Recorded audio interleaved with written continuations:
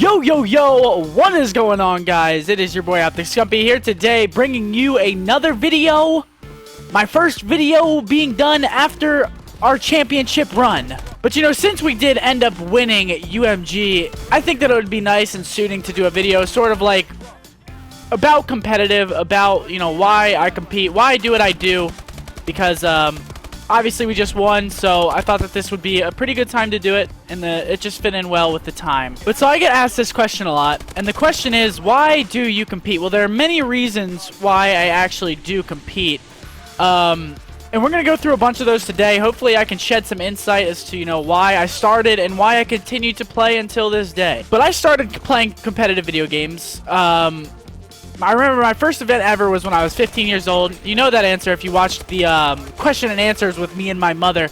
But my first ever tournament was when I was 15 years old. Now just think of that. But I've been competing way, way before that. I've been trying to get to the pro level way before that point. So if you guys think about it, if I was 15 in Black Ops 1, that would mean that in Call of Duty 4, I was what, 13?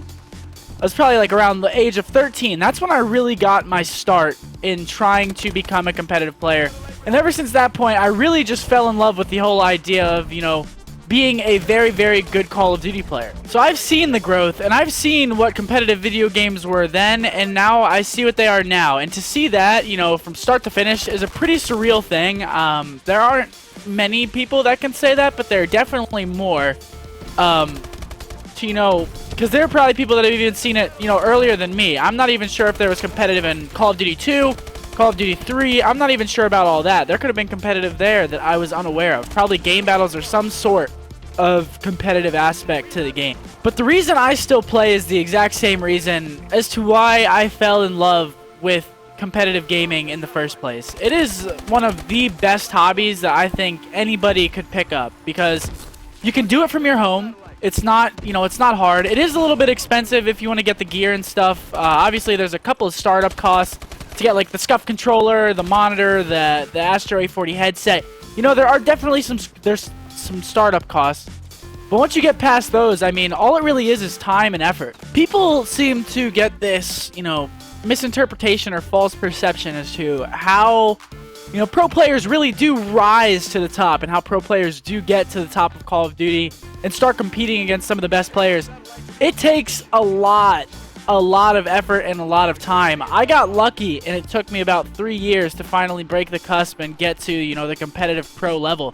It took me 3 years, and I got lucky. So it's definitely not an easy feat. It's not easy, but the road is definitely a lot of fun. You get to meet a lot of awesome people like I have, and overall, it is worth it in the end.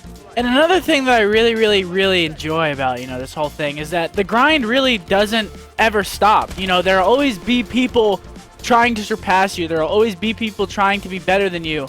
And it just keeps pushing me and pushing me to become a better and better player and, you know, try my best to do the best that I can.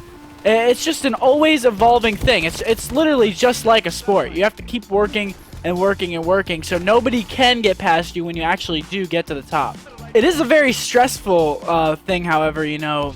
You always have to be polishing your skills. You always have to be defining and redefining your talent for people that are watching. You always have to give them a reason, you know, to want to watch you and to want to try to learn off you. It's really, really stressful because if you have one bad tournament and people start to, you know, question your abilities and question your skills, it can be really stressful. You know, you don't want people to think that you suck all of a sudden. And people always ask me, you know, what is your goal, or what are you going to do after this whole competitive gaming thing is over? And to be honest, I really don't have an answer for it because in my mind, I'm like literally sitting here thinking all the time, like, I hope that this never ends. I hope that this is always the thing. I hope that this is forever. But, you know, obviously it won't be. Obviously there will come a point where I do get old and I'm, you know, not as good, so I really gotta savor it at this point. But there will come a time, and to be honest, I have no freaking clue what I'm gonna do after all this.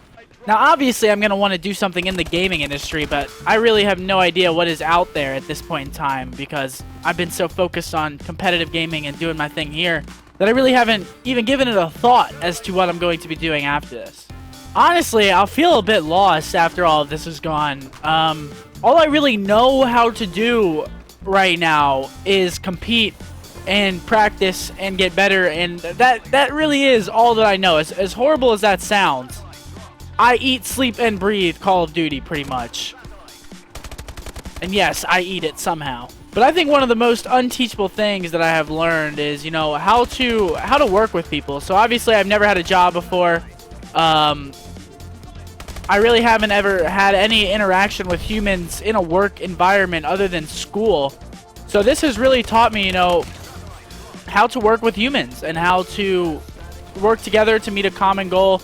Obviously, this is a little bit different than your standard work, but... And one of the crazy things is that we're still at such a starting point with competitive gaming. I mean, Call of Duty, like I said, I've seen ridiculous amounts of growth. However, it's still relatively early in the, you know, competitive side of the game's lifespan, and that's what really amazes me, is that we've only been doing this a couple years, and we've seen this growth, and we've seen what it can be, and I am really just anxious for the future at this point. But I hope you guys enjoyed the video. Did like, favorite, comment, subscribe, follow me on Twitter, be down in the description below. As always, guys, I hope you enjoyed. Hope you enjoy the rest of your day. And as always, this is your Scump.